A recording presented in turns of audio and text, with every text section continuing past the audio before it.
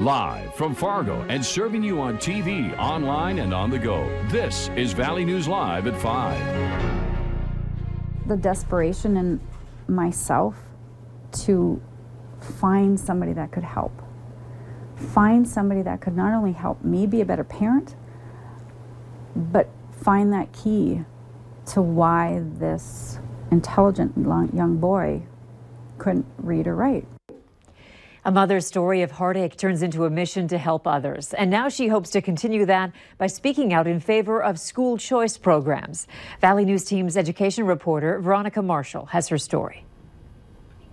Reading, writing, and arithmetic. When you don't know how to do that and you go every day for 12, 13 years and fail every day, his personality started to change. Buckles says it took years of struggling before her son was diagnosed with dyslexia. Even then, the struggle wasn't over. I did find help for him, but it involved us going to St. Paul every week for 6 months straight. As soon as we started doing that, I started to get that little boy back. She says because public schools weren't able to help her son, she opened Haley's Hope to help other children with dyslexia. Buckles says that's why she supports House Bill 1464. A lot of our kids that come here are on IEPs, are on 504s since they've been in preschool, kindergarten, and are still reading at second grade levels when they're sophomores or juniors in high school.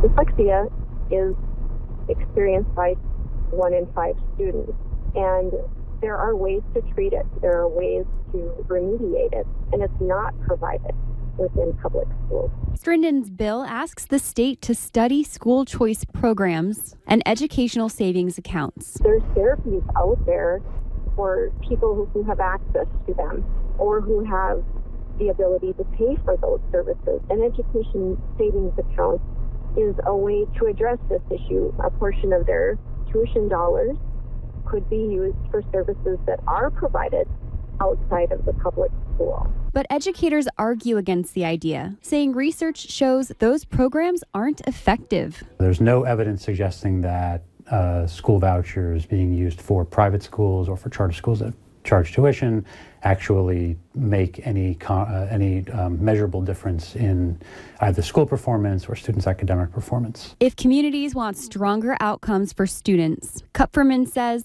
more money should be put into public schools, not taken out. When has a business ever done better? By having fewer resources. What hasn't been tried is putting all of these resources and all this energy and effort and time into public institutions, and specifically public schools. The bill has passed the North Dakota House and now awaits approval from the Senate. More snow and Arctic air is headed our way this week, but before we get to that, let's focus on this evening. How it's another cold night tonight for us. Indeed, but temperatures aren't going to be the main struggle as we go through the next 12 hours. It is cool out there. It's not overly windy. Slippery conditions do continue on area roads. Right now, temperatures are between 0 and 7 below in Devil's Lake. It's actually above 0 off to the east. In Minnesota, the Twin Cities seeing some heavier snow, but in our area, we have some lighter showers of snow taking place mainly along and north of Highway 200 this evening.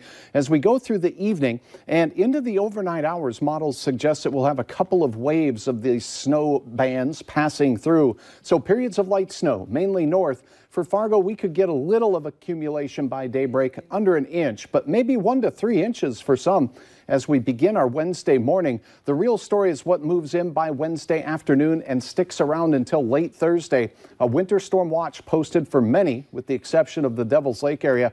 We'll have some hour-by-hour details on this, but if you're heading out tonight, plan for temperatures flatlined, steady, a few clouds, passing flurries from time to time, and a slippery commute. I'll have details in hour-by-hour style on what you can expect for that winter storm as we go through midweek, and then it's a slap in the face with another Arctic air mass, too. All right, thanks, Hutch. You bet. And make sure you have the Valley News Live Storm Team weather app so you can keep up with the weather anytime, anywhere. You'll get the latest forecasts and conditions so that you can plan your day. All you have to do is search VNL Weather in the App Store and download it for free.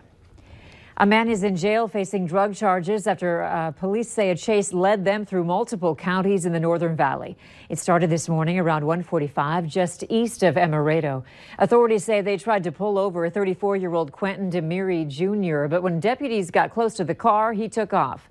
They chased Demiri around the area, and state troopers eventually used spike strips to slow him down.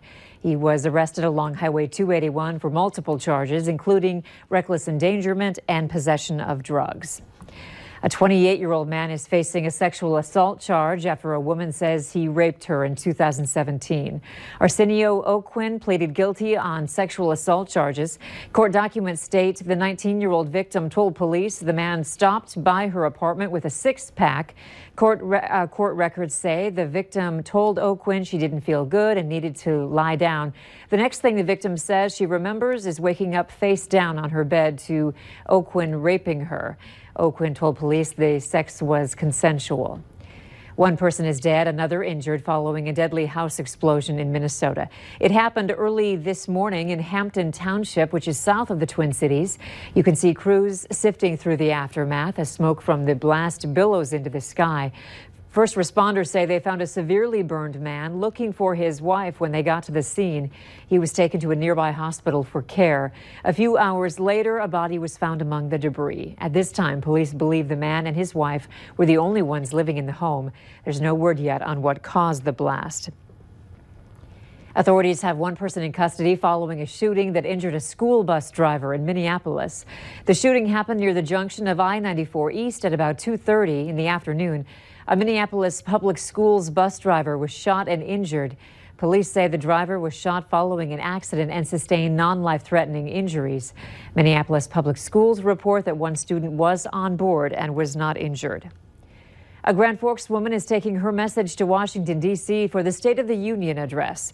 Congressman Kelly Armstrong asked Debbie Bjork to be his guest tonight, where she says she hopes to spread the word about the dangers of illegal drugs in the U.S.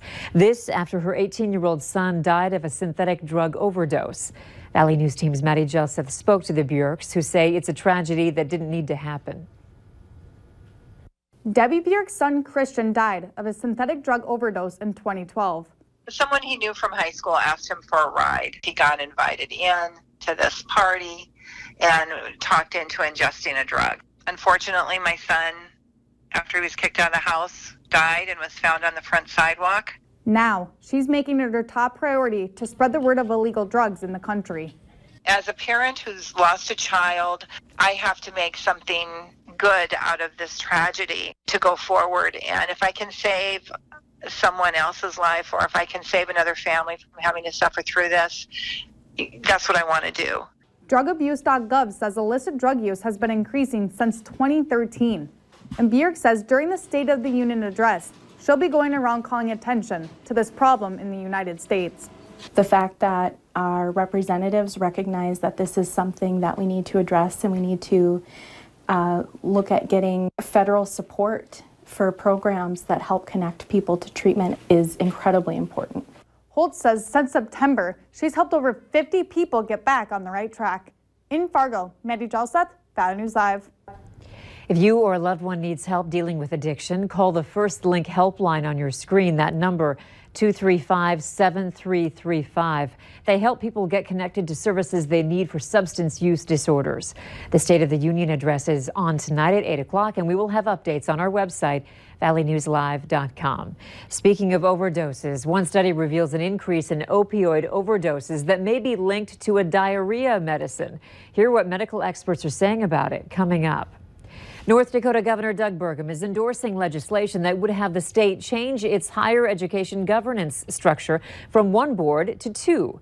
The two-board proposal is a shift from a three-board panel that a task force formed by the governor had recommended. The two-board plan has a single board for NDSU and the University of North Dakota. The remaining 9 institutions would be governed by another board. Burgum says multiple boards would allow North Dakota's 11 colleges and universities to more quickly respond to the needs of the state. Any changes would require voters to approve a constitutional amendment. Prince's Paisley Park annual 4-day special event celebration is back for another year. in honor of one of the best-selling artists of all time. Musical guests will be performing at Paisley Park April 25th through April 28th at Prince's Chanhassen Studio Complex. The musical guests include members of the iconic band The Revolution, featuring Bobby Z, Lisa Coleman, Wendy Malovan, and Matt Fink. There will also be a broad list of special guest speakers to take part in an exclusive panel discussion. For more information, you can head to our website, valleynewslive.com.